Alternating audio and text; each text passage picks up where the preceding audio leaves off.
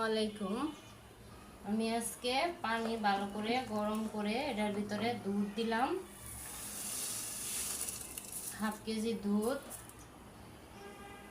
1 KG চাউলের জন্য আমি 5 পট পানি দিলাম, আর পানি দুধ মিলিয়ে আমি পরিমাণ মতো মাইপা দিয়া এখন আমি পোলাও রান্না করতেছি।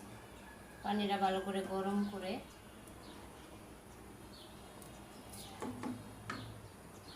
অন্যরকম করে পোলাও রান্না করতেছি। পানি আর দুধ মশলা ভালো করে গরম পানির ভিতরে আমি চাউল দিলাম।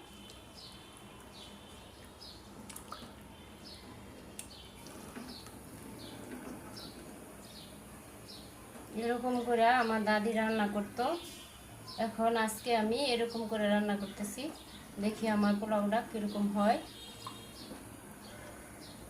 অনেক গরম পানির মধ্যে দিলাম পোলাও চাল, দেখেন বলক এসে গেছে। লবণ, তেজপাতা, কাঁচামরিচ, পেঁয়াজ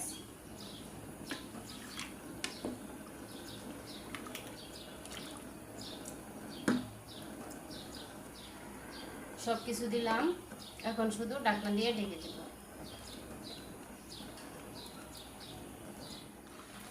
এই যে ফিরে আসলাম আমি আমার পোলাও রেসিপি নিয়ে। এই যে দেখেন,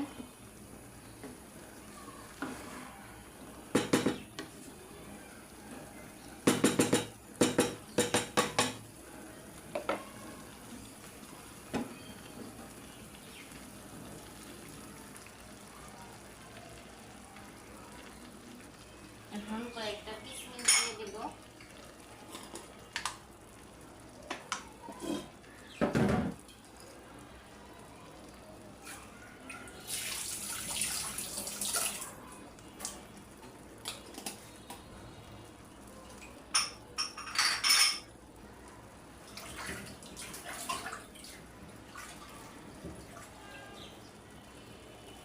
কিশমিশগুলো ধুয়ে দিয়ে দিলাম।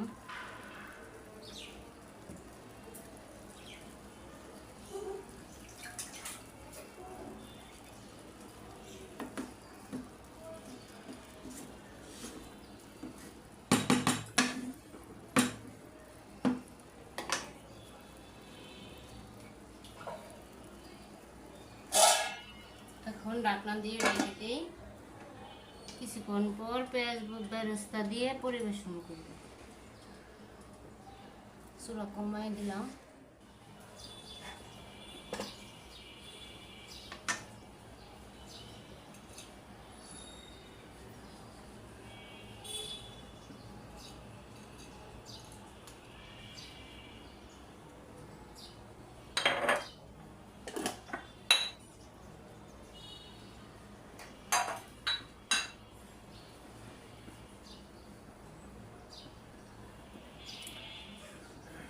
এই যে দেখেন আমার পোলাও হয়ে গেছে। এখন আবার একটু ঢেকে দিব। পোলাও রান্না শেষ, এখন একটা নাড়া দিয়ে দিই।